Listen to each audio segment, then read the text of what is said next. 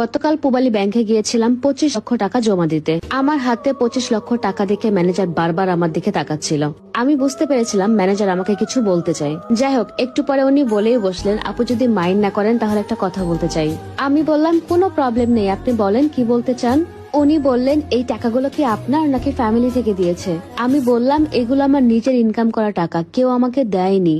আমি যখন বললাম এগুলো আমার নিজের ইনকাম করা টাকা, এই কথা শুনে ম্যানেজারের চোখ আরো বড় বড় হয়ে গেল। দেন উনি আমাকে জিজ্ঞেস করেন, এত অল্প বয়সে আপনি এত টাকা ইনকাম করলেন কিভাবে?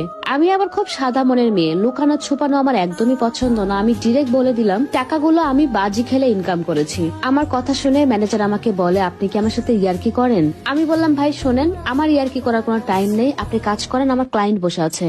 ম্যানেজার আমাকে বলে, আপনার ক্লায়েন্ট বসে আছে মানে বুঝলাম না। আমি বলি, শোনেন, আমি যখন তখন এবং যাত্রার সাথে বাজি খেলি না। প্রতিদিন 2 ঘন্টা করে আমি বড় বড় লোকদের সাথে বাজি খেলি, আর যখন আমি অবসর থাকি তখন ছোটখাটো লোকদের সাথে ছোট ছোট বাজি খেলি। যাই হোক, ম্যানেজারের এক্সপ্রেশন দেখেই বুঝলাম যে উনি কিছুই বুঝেনি, সবকিছু ওনার মাথার উপর দিয়ে গিয়েছে।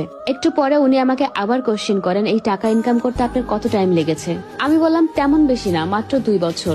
উনি বলল, 2 বছর? কিভাবে সম্ভব? 2 বছরে 25 লক্ষ টাকা? ম্যানেজার আমাকে বলেন, আপনি 100% মিথ্যা কথা বলছেন। এখন তো আমার মেজাজ খারাপ হয়ে গেল। আমার প্রফেশনকে কেউ অসম্মান করলে আমি খুব রেগে যাই। আমি বললাম, আপনি খেলবেন আমার সাথে বাজি? আমি বললাম, আপনি প্লাস্টিকের চুল পরে আছেন, এটা আমি আপনাকে প্রমাণ করে দিব। ম্যানেজার আমাকে বলে, আপনার কি মাথা নষ্ট হয়ে গেছে? এগুলো আমার অরিজিনাল চুল। আমি বলি, আপনার মাথার চুল প্লাস্টিকের, লাগবে না আমার সাথে বাজি? 1 লক্ষ টাকা বাজি, আমি প্রমাণ করে দিব আপনার মাথার চুল অরিজিনাল না প্লাস্টিকের। 1 লক্ষ টাকার কথা শুনে আমি একটু ম্যানেজারের চোখে মুখে লুপি লুপি ভাব দেখতে পেলাম। উনি আমাকে বলে, বাজিতে জিতলে আপনি আমাকে 1 লক্ষ টাকা দিবেন? আমি বলি, শোনেন, আমি এক কথার মেয়ে, আপনি যদি বাজিতে জিতেন আমি আমার 25 লক্ষ টাকার মধ্যে থেকে আপনাকে 1 লক্ষ টাকা দিয়ে দিব। ম্যানেজার আমাকে বলে, আপনি কিন্তু হেরে যাবেন, কারণ আমার মাথার চুল অরিজিনাল। আমি বললাম, প্রবলেম নেই, আমি রিস্ক নিতে রাজি, 1 লক্ষ টাকাই তো, এটা আমার কাছে কোনো ব্যাপার না। উনি বলে, ঠিক আছে, তাহলে চলেন আমরা বাজি খেলি। আমি বললাম, আজকে না, কালকে, যেহেতু টাকা পয়সার ব্যাপার, আমার মনে হয় আপনার এবং আমার মাঝে একটা উকিল থাকা দরকার। আমি কালকে আপনার কাছে শহরের একটা বড় উকিল নিয়ে আসবো। উনি বলেন, হ্যাঁ তাও ঠিক, আপনি কাল সকালে একটা উকিল নিয়ে আসেন।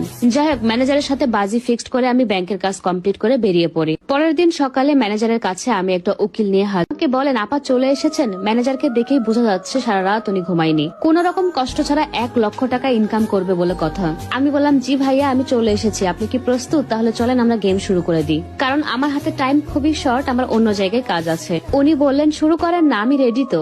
আমি বললাম, ঠিক আছে ভাইয়া, যেহেতু আমি মেয়ে মানুষ, আমি আর আপনার মাথায় হাত দিয়ে চুলগুলো টানতে চাচ্ছি না, তার চেয়ে উকিল ভাইয়া আপনার চুলগুলো টেনে টেনে দেখুক আপনার চুল অরিজিনাল নাকি প্লাস্টিক। যাই হোক, উকিল গিয়ে ম্যানেজারের চুল টানা শুরু করে দিল।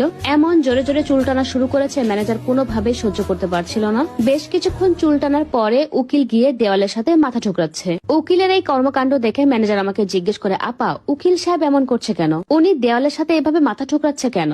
আমি বললাম, কালকে উকিলের সাথে আমি বাজি লেগেছি, ওনাকে দিয়ে পূবালী ব্যাংকের ম্যানেজারের আমি চুল টানাবো, আর এই বাজিটা ছিল 5 লক্ষ টাকার। আমি আপনার সাথে বাজিতে হেরে গেছি আর উনি আমার সাথে বাজিতে হেরে গেছে। উকিলের কাছ থেকে এখন আমি 5 লক্ষ টাকা নেব, এন্ড সেখান থেকে 1 লক্ষ টাকা আমি আপনাকে দেব, আর বাকি 4 লক্ষ টাকা আমার। আপনি সবকিছু রেডি করেন, আমি লেনদেন ক্লিয়ার করে এখান থেকে বেরিয়ে পড়বো। Guys, tata and take care.